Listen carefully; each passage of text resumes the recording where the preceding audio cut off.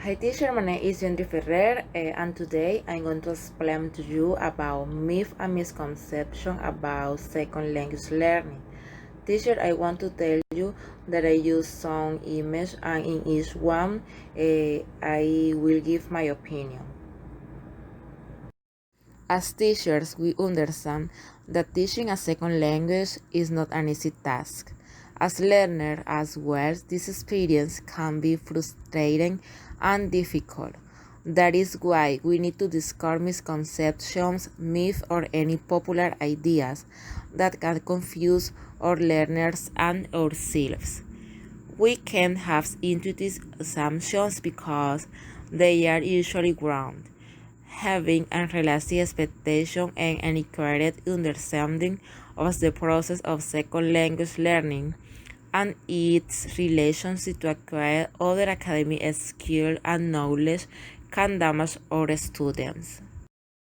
One of the first myths that the reading is not agree with it is that children are facile second language learners. This is partly true. Children can learn language faster than adults, and that child learners speak without a foreign accent, whereas this is impossible for adult learners. This is based on critical period hypothesis. The argument is that children are superior to adults in learning second language because their brains are more flexible according to Lennerberg 1967. They can learn language easily because their cortex is more plastic than that of other learners. The corollary hypothesis is the frozen brain hypothesis applied to adult learners. However, this hypothesis has been criticized by researchers due that the evidence has reflected psychological and social factors rather than biological ones that favor child learners. Second, language are learning mainly through imitation. When acquiring a second language, learners create new sentences which are based on their developing understanding of how they believe the language system works. Learners do more than internalize a large list of imitated and memorized sentences. They also identify patterns in the language and extend them to new contexts. Third, parents usually correct young children when they make grammatical errors. This is not true.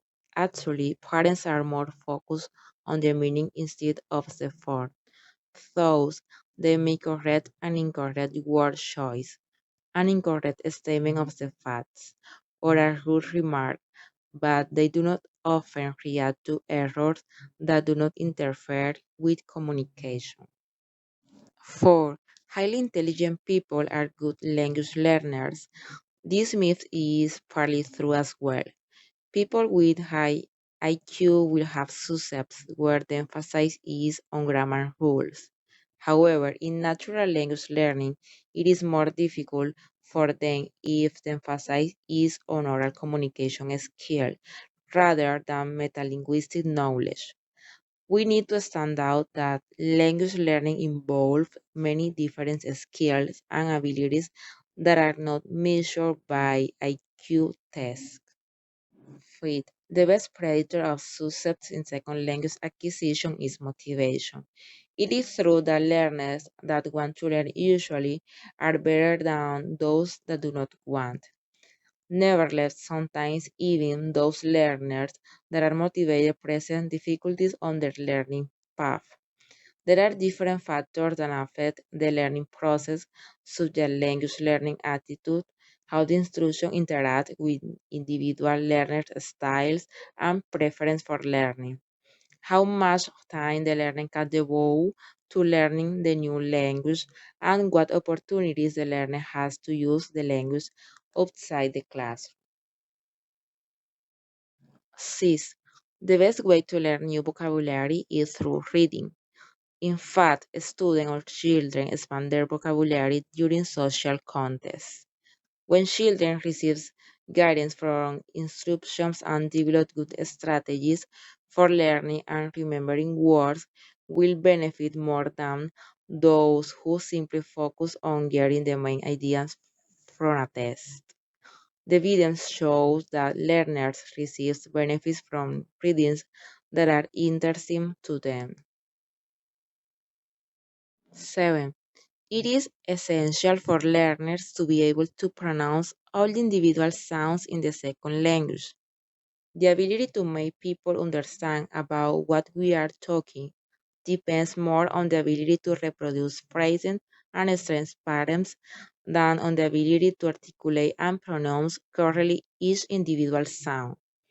We need to highlight that the vast majority of the language of the world have different varieties and we cannot teach our students to learn just one.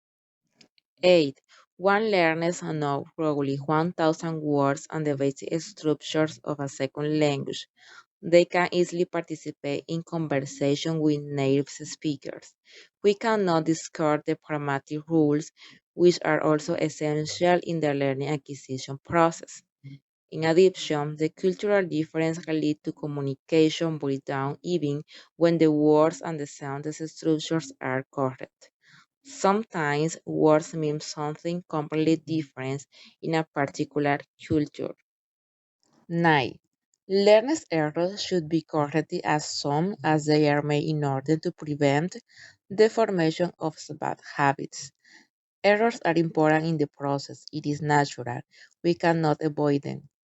Students are not expected to adopt the current form or pattern immediately. When errors are frequent and all the students are making the same mistakes, it is useful to bring the problem to the learner's attention. Excessive feedback on error can affect negatively to a student's motivation. As teachers, we need to be sensitive to students' reactions to correction. The amount and type of correction will depend to the specific characteristics of the students as well as their relationship with the teacher and with each other. Finally, our last myth is when learners are allowed to interact freely, for example, in group or pair activities. They copy each other's mistakes. It is true that what we hear and read serves as an input to language development. We cannot be shut down when we are in social interactions with other learners. In addition, in the interaction process, some learners may provide incorrect input to others. However, if the activities are well designed, learners working in groups get more practice in speaking and participating in conversation that they ever could in a teacher-centered class.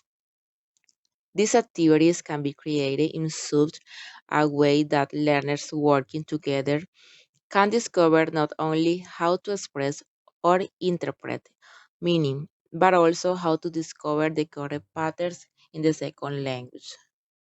To conclude, acquiring a second language is a process that we need to develop stage by stage. Having the correct knowledge about it will improve our teaching experience. We need to have a better understanding of our duties as a teacher as well as a language learner. It is important to understand that language learning has many different factors and which teacher has not control over them.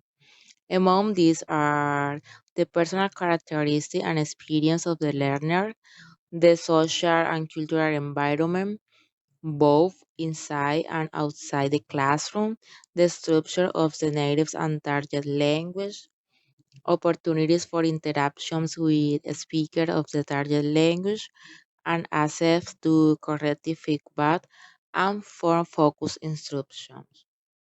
Thank you, teacher, for your attention.